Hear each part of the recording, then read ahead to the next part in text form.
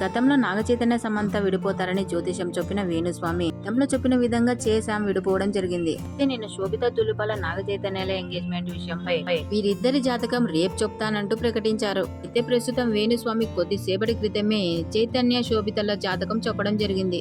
ప్రస్తుతం వీరి వైవాహిక జీవితం బాగుంటుంది, కానీ 2027లో వీరిద్దరి మధ్య ఒక స్త్రీ వల్ల సమస్యలు గొడవలు జరుగుతాయి. ఇద్దరి జాతకాలు కలవలేదు.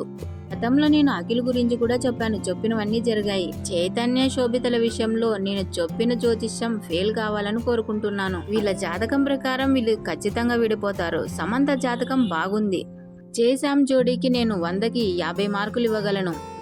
శోభితకి 100కి 10 మార్కులు కూడా ఇవ్వలేను. అందరూ బాగుండాలనే నేను జాతకం చెప్తున్నా. వీళ్ళ విషయంలో నేను చెప్పిన జాతకం ఫెయిల్ అవ్వాలని కోరుకుంటున్నా.